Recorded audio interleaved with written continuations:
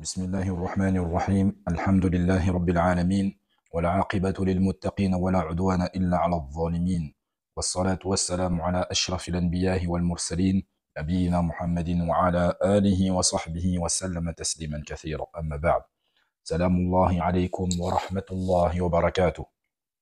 Bienvenue à vous dans cette 30e leçon des leçons de Tawhid et nous parcourons toujours l'association, Ash-Shirk, et les différents types d'associations que Shir al-Wasabi rahimahullah nous a énumérés.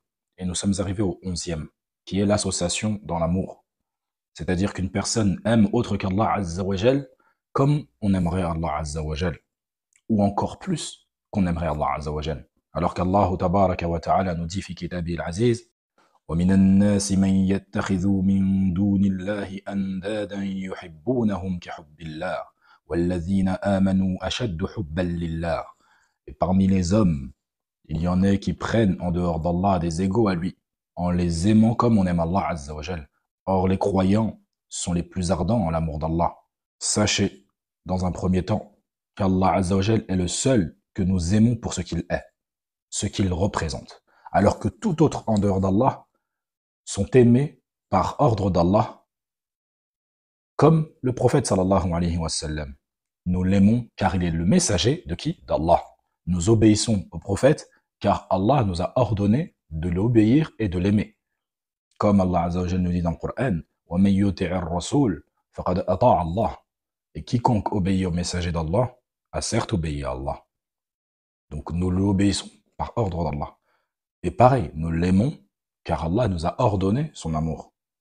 Et nous l'aimons car lui-même, le prophète sallallahu alayhi wa sallam, a obéi à Allah Azza wa Jalla. La question est, avons-nous droit d'aimer le messager d'Allah sallallahu alayhi wa sallam comme nous aimons Allah tabaraka wa ta'ala? La yajuz. Il n'est pas autorisé cela. Tu aimes le messager d'Allah car c'est une obéissance à Allah lui-même. C'est une adoration. Comme tu pratiques la prière, le jeûne, la demande de pardon, le tasbih, le tahlil, tu aimes également le prophète sallallahu alayhi wa sallam pour Allah tabaraka wa ta'ala. Donc lorsque nous aimons une personne, nous ne l'aimons pas billah. Nous ne l'aimons que fillah. Donc lorsque tu dis je l'aime billah, c'est comme si tu disais wallah, je t'aime. Ou wallahi al-azim, je t'aime. Mais tu dois plutôt dire uhibbuka fillah. Je t'aime en Allah. Dans ton obéissance pour Allah, cela fait que je t'aime. Tu fais partie des alliés d'Allah, donc je t'aime pour cela. Donc même dans l'amour, tu aimes pour Allah Azza wa Jal, en Allah Azza wa Jal, que ce soit le prophète ou toute autre créature, tu les aimes pour te rapprocher d'Allah Azza wa Jal. Donc c'est une œuvre pieuse. Le prophète sallallahu alayhi wa sallam n'est pas aimé et n'a pas droit d'être aimé avec Allah Azza wa Jal. C'est-à-dire comme on aime Allah ou tabaraka wa ta'ala.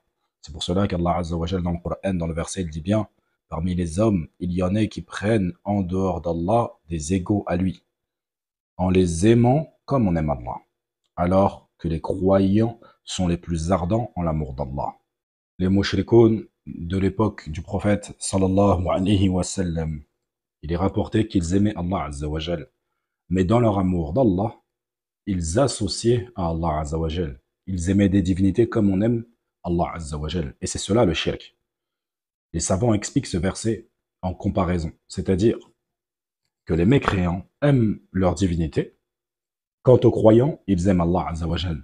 Et l'amour des croyants envers Allah est plus grand et plus ferme que l'amour des mécréants envers leur propre divinité.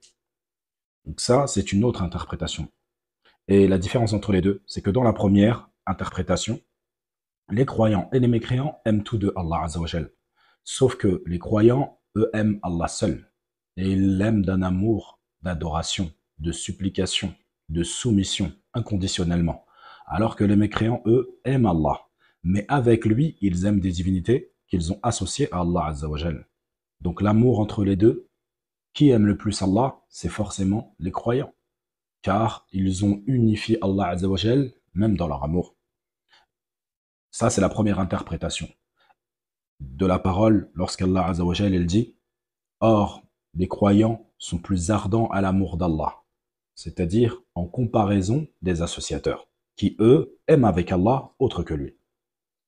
Donc ceux qui sont le plus ardents dans l'amour d'Allah sont forcément les croyants.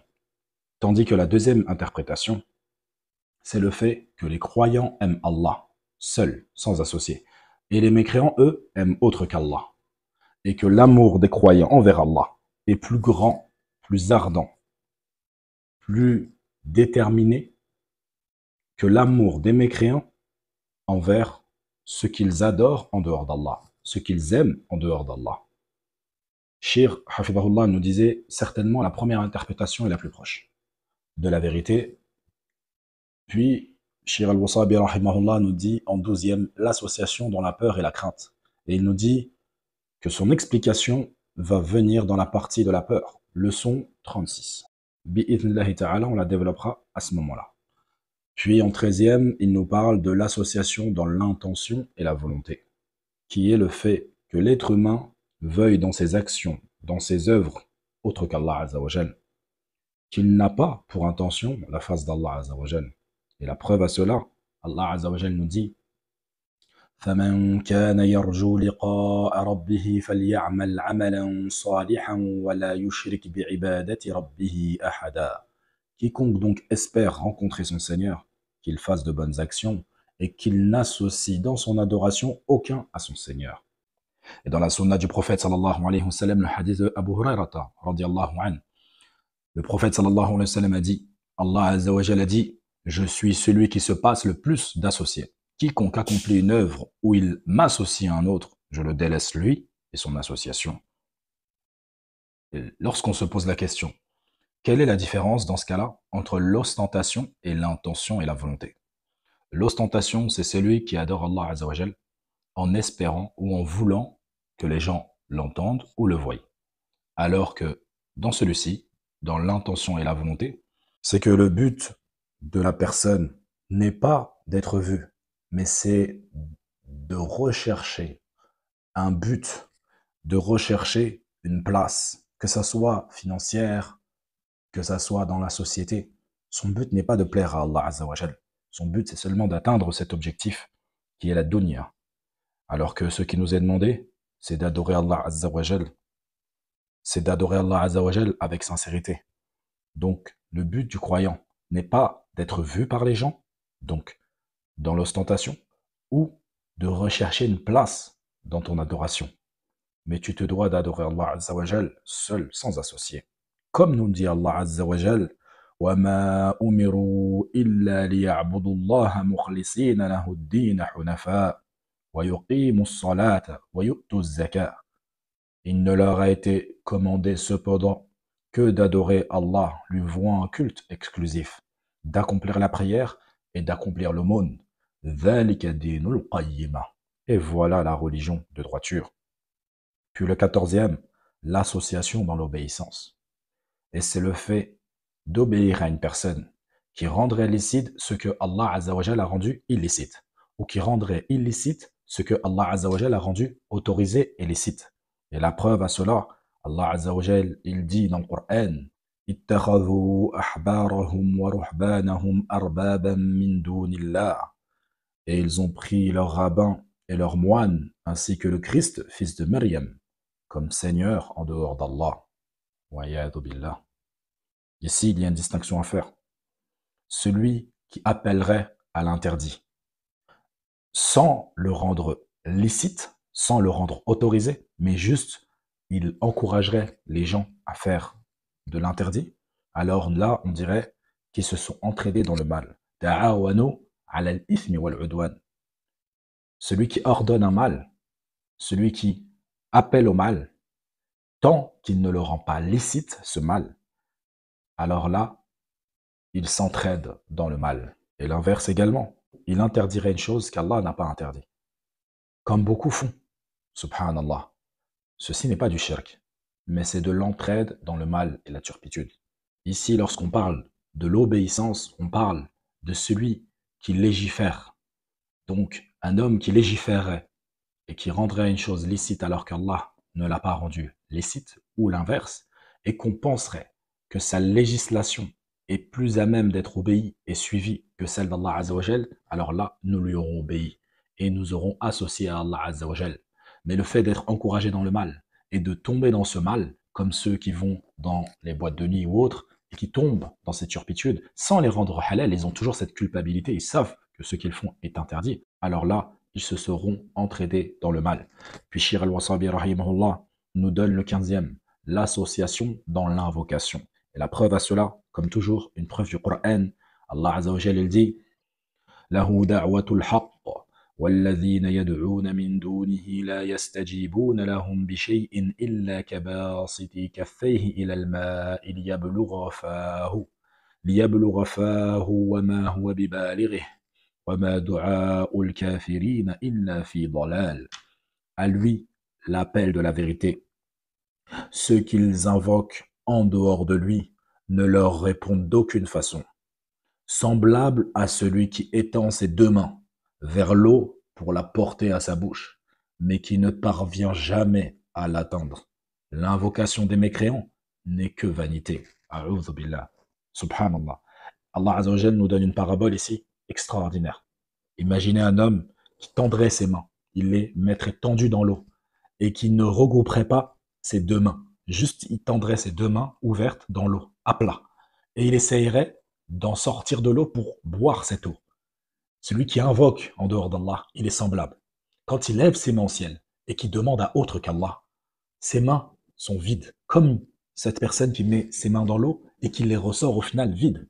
Il y a de l'eau et elle tombe, cette eau. Donc il ne peut pas boire de cette eau. Subhanallah. Allahu Akbar. Donc tu invoques, mais celui que tu invoques en dehors d'Allah ne pourra remplir tes mains de tes invocations, de ce que tu lui demandes. Subhanallah. Puis Shir, rahimahullah, nous donne une autre preuve. Et la preuve, c'est tiré soit du Coran ou de la Sunna authentique. Et c'est cela, tout ce livre est basé sur des preuves. Que l'invocation doit être vouée à Allah seul sans associé. Il dit, Allah Azza wa Jal, ذلك بأن الله هو الحق وأن ما يدعون من دونه هو الباطل وأن الله هو العلي الكبير.